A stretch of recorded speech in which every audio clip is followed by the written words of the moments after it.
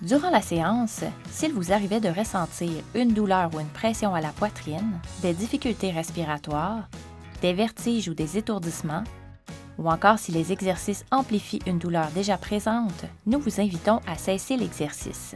Si les symptômes persistent et vous inquiètent, consultez un professionnel de la santé. Si vous ressentez déjà ces symptômes avant de commencer, évitez de débuter la séance et consultez votre médecin.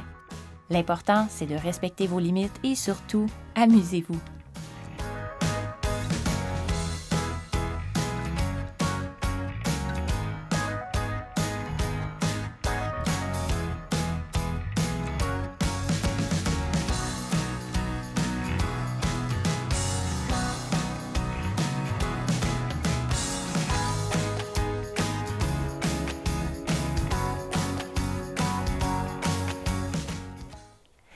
Bienvenue à Forme Vitalité. Pendant que vous rassemblez le matériel pour faire la séance, assurez-vous de bien dégager l'espace autour de vous. Je vous invite à explorer les versions assises et debout et à passer d'une à l'autre selon votre condition du jour. N'hésitez pas à prendre une pause au besoin et servez-vous de l'échelle de perception de l'effort pour bien gérer votre énergie tout au long de la séance. Aujourd'hui, on consolide les muscles de notre tronc et de notre bassin. On va explorer leur rôle dans notre stabilité, notre équilibre. On les aime fort, ces muscles-là, parce qu'ils facilitent et augmentent le confort dans des activités très de base comme marcher, se lever ou encore aller aux toilettes. On va d'abord se faire un test de coussin. Donc, si vous vous asseyez sur votre coussin et vous sentez que vous pourriez glisser à cause de la texture, on va le laisser de côté. De la même manière aussi que si vous êtes le bassin croche et que vous n'arrivez pas à replacer ça, on va le laisser de côté. Ce n'est pas nécessairement ultime pour la séance. Donc, on commence ça assis. On inspire et on observe notre respiration. Petite centration de départ pour commencer. C'est toujours bon pour se mettre dans l'instant présent. Alors, on inspire.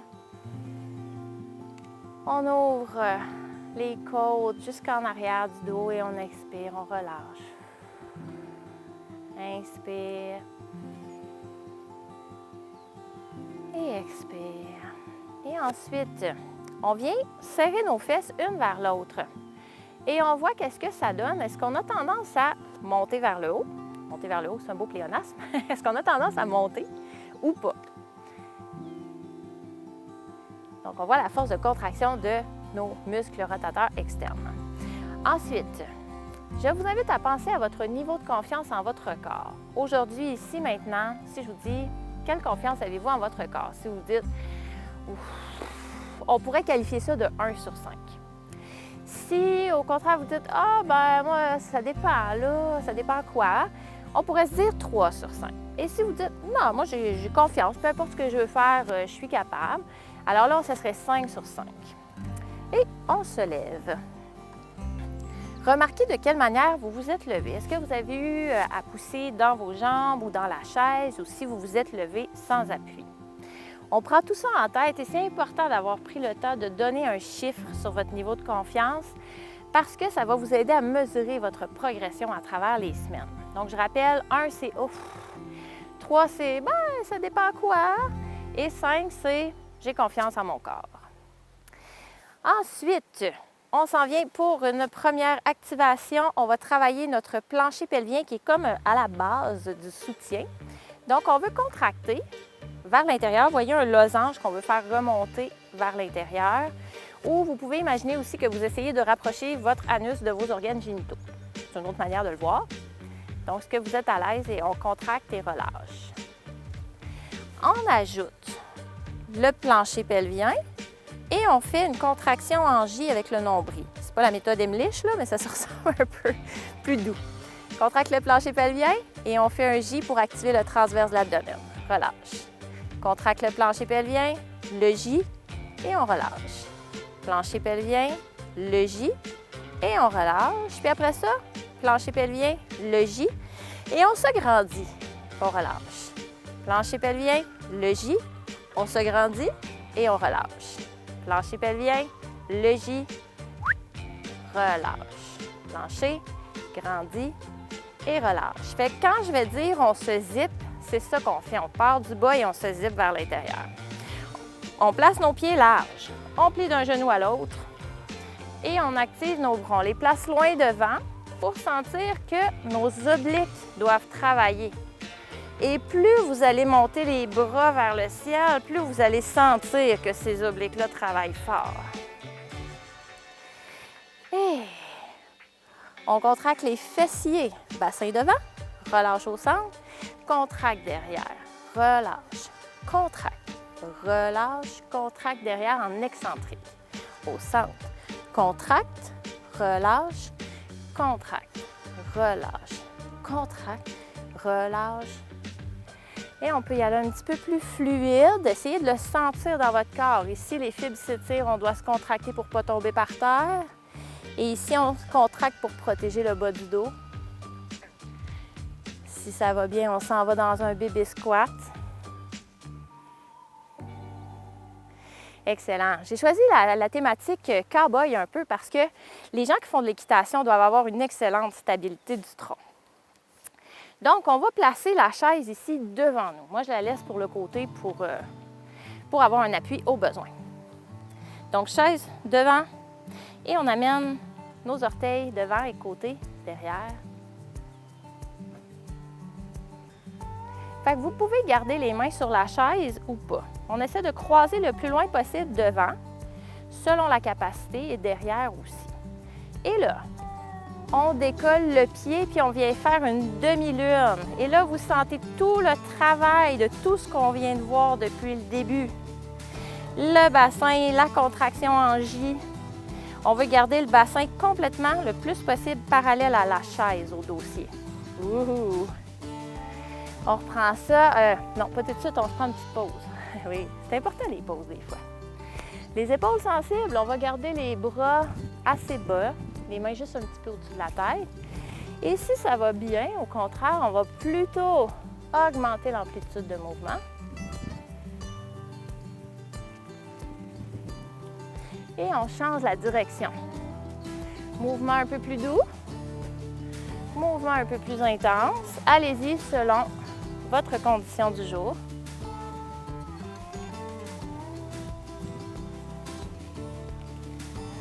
Et on se prépare à refaire l'autre pied.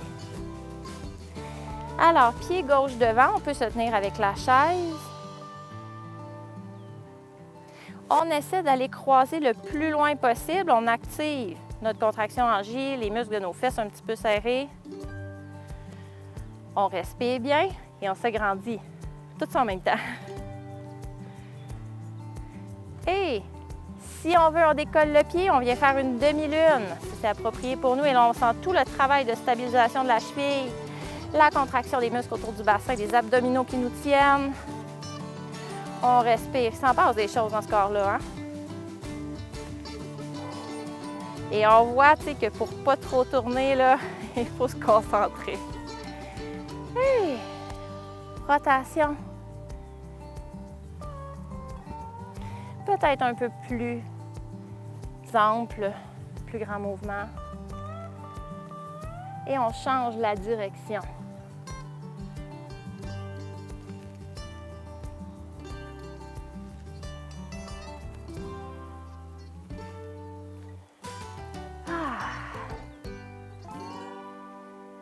OK! On s'en va vers une trame cardio. Donc, on va vouloir activer un peu plus notre cœur, faire travailler notre cœur. On va commencer ça les pieds larges et on va vouloir tourner le pied en levant le talon de droite à gauche. On commence ça lentement. Question que vous sentez le travail des obliques. On veut rester le cœur aligné au-dessus du nombril et du bassin. Okay? Et pour ça, vous allez vous rendre compte que c'est les obliques qui travaillent pour retenir le mouvement de votre tronc pour pas qu'on aille trop en hypertorsion. Et là, on accélère. Et plus vous accélérez, plus vous allez sentir ce travail de élastique qui retient par vos obliques. Et grand pas devant et on colle derrière. C'est le pas en V. On accélère. 1, 2, 3, 4, 5, 4, 3, 2 et 1. Et on change lentement. On en fait un deuxième et on accélère.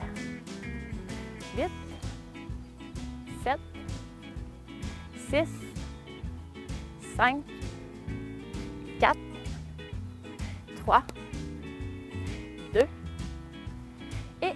Les pas de côté, lentement.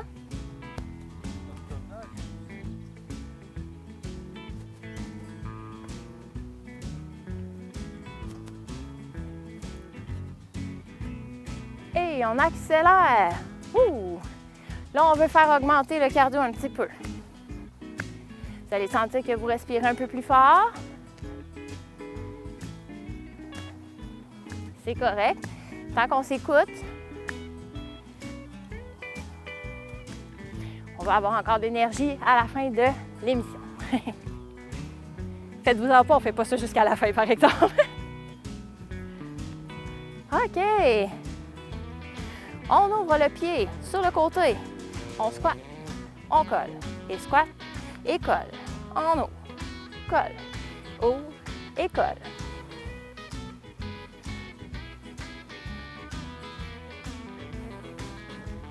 On respire bien. Je peux faire un bébé squat si j'ai besoin ou un plus grand squat.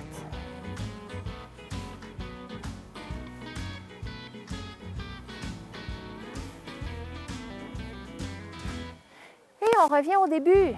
On lève un talon, puis l'autre. On veut que le cœur suive le nombril et le bassin. On amène les bras de chaque côté. On explore la résistance de nos obliques et on accélère. Donc, on tient nos obliques engagés pour éviter de partir trop en torsion de la colonne.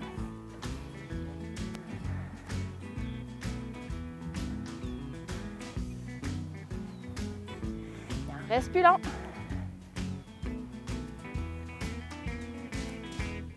Ouh! On se rejoint sur la chaise avec notre coussin et notre serviette. On s'assoit vers le bout. Hey. On contracte nos muscles fessiers, un vers l'autre, un peu comme si on faisait du cheval. Ça nous fait monter, descendre. Les pieds sont sous les hanches. On attrape notre serviette qu'on tire vers l'extérieur et on s'en va devant. Puis on fait la contraction en J jusque vers l'arrière. Si on veut, on tire nos coudes vers l'arrière.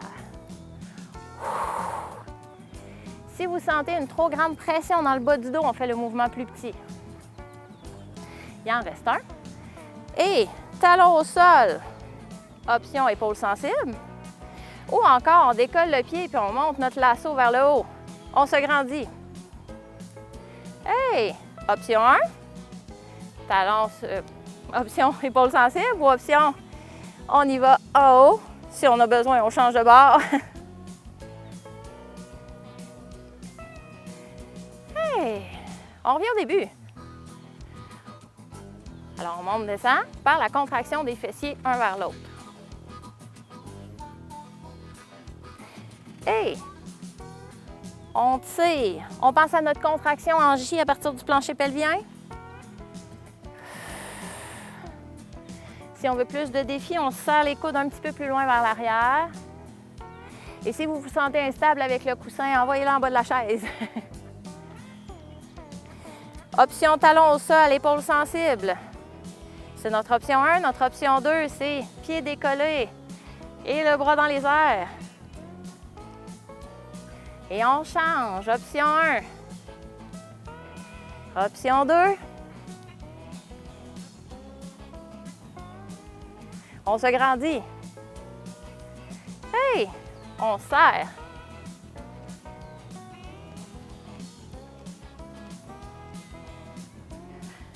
On allonge les talons. On va chercher loin derrière, devant. Là, les deux jambes sont allongées. Vous remarquez que ça travaille beaucoup plus dans les abdominaux pour se retenir. Et on ramène les pieds sous les hanches. Puis on tire une corde corde imaginaire. Imaginez que vous allez lancer votre lasso très loin et il faut vous ramener la corde après. Et plus on va vite, sans bouger trop le tronc, plus on va vite, plus on va sentir que ça travaille beaucoup au niveau du cardio. Et on reprend notre serviette. Contraction en J à chaque fois qu'on recule pour éviter la pression dans le bas du dos. Et on y va dans les fessiers. On contracte, un vers l'autre. OK. On est rendu à une petite pause. Prenez le temps de boire une gorgée. Dans ma quête pour notre bien-être, j'ai récemment complété une formation d'instructrice en yoga ball. C'est un ensemble de techniques d'automassage fait avec des balles spécialement conçues pour soulager les tensions musculaires et réduire les douleurs articulaires. Et oui, le yoga ball a aussi des effets positifs sur la digestion, le système nerveux, la mobilité et même la circulation. Et là, je peux maintenant vous guider dans l'utilisation de ces balles et de ces techniques. Je vais vous en donner quelques avant-goûts ici durant la saison, mais si vous voulez tout savoir dès aujourd'hui, vous pouvez aller sur mon site Internet après l'émission.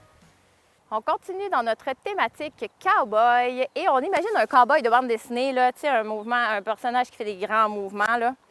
Et on veut venir faire une espèce de mouvement de cycle, en fait. Un peu comme si on était sur un vélo, mais c'est une marche exagérée pour un cowboy. De bande dessinée, bien sûr.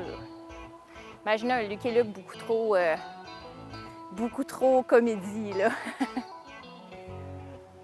Donc, si vous avez besoin, on continue à se tenir près de la chaise. Mais sinon, ben, on imagine qu'on rentre dans le saloon et on fait des grands mouvements. Vous pouvez vous promener dans votre pièce. Ouais, il faut que je reste dans le cadre de la caméra, ça a l'air beaucoup grand, mais pas tant.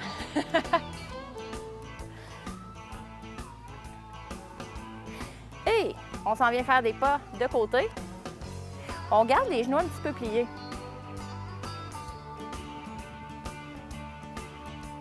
On lève les coudes à 90 degrés de chaque côté.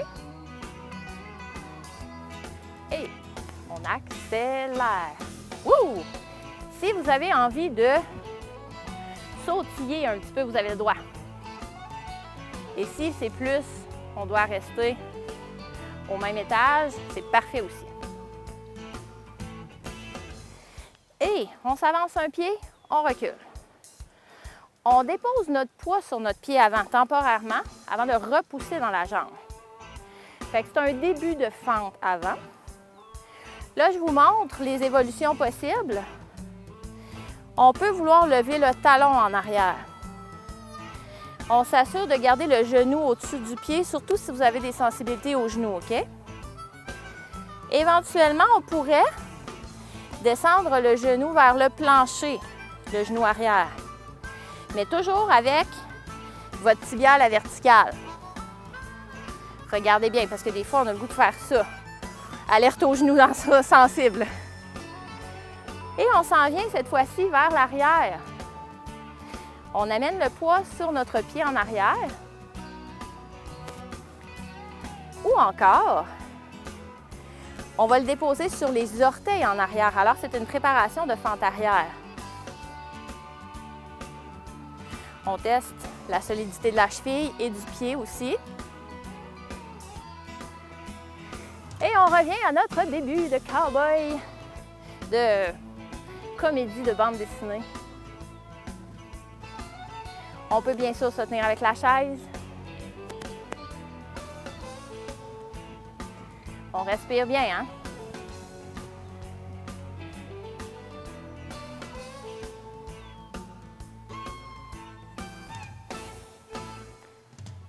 Et on se retrouve tous ensemble sur la chaise. On s'assoit vers le bout.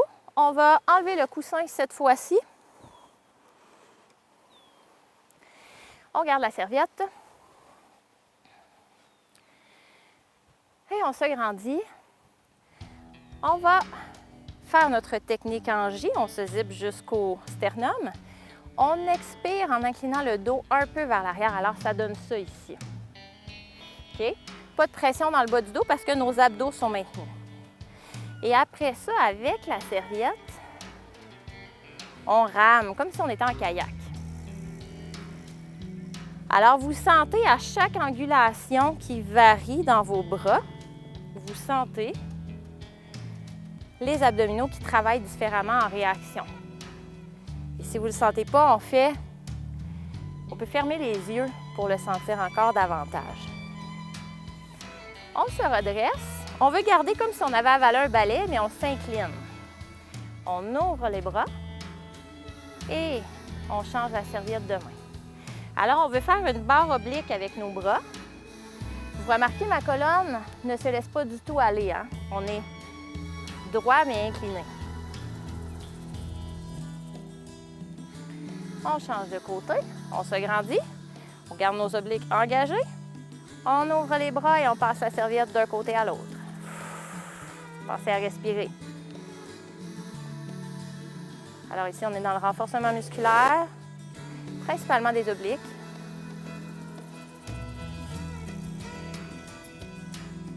Et on revient au centre. Pied droit allongé, main gauche vers le ciel. On peut faire ça comme ça ici ou décoller le pied. Et on tente de rester le tronc le plus droit possible.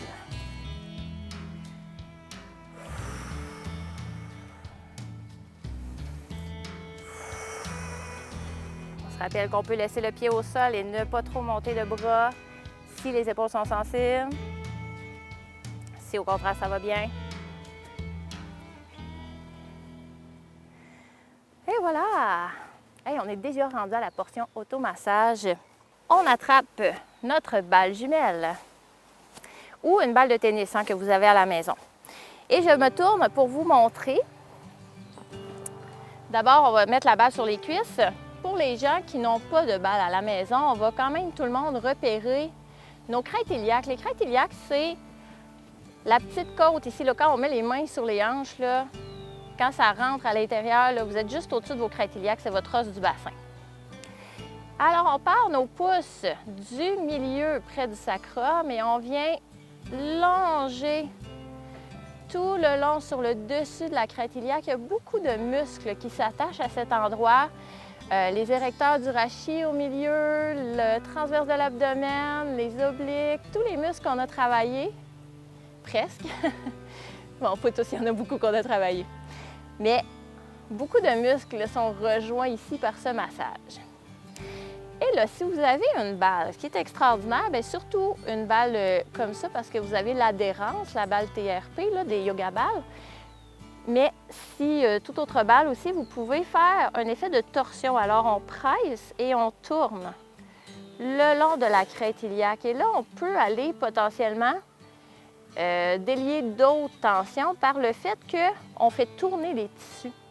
Et ça les aide à mieux glisser les uns sur les autres et à défaire justement certaines tensions. Je vais aller de l'autre côté.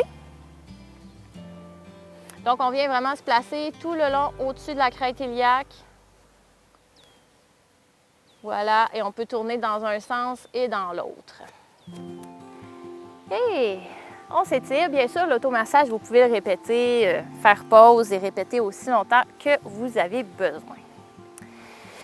On fait une belle respiration, on emplit la cage thoracique d'air et on expire. On peut prendre notre serviette. On la place devant notre jambe et si c'est indiqué pour vous, on vient serrer le genou vers la poitrine. Bien sûr, si votre médecin vous a dit d'éviter ce mouvement, entre autres parce que vous auriez un remplacement de hanche, on évite, on écoute. Et on fait l'autre côté.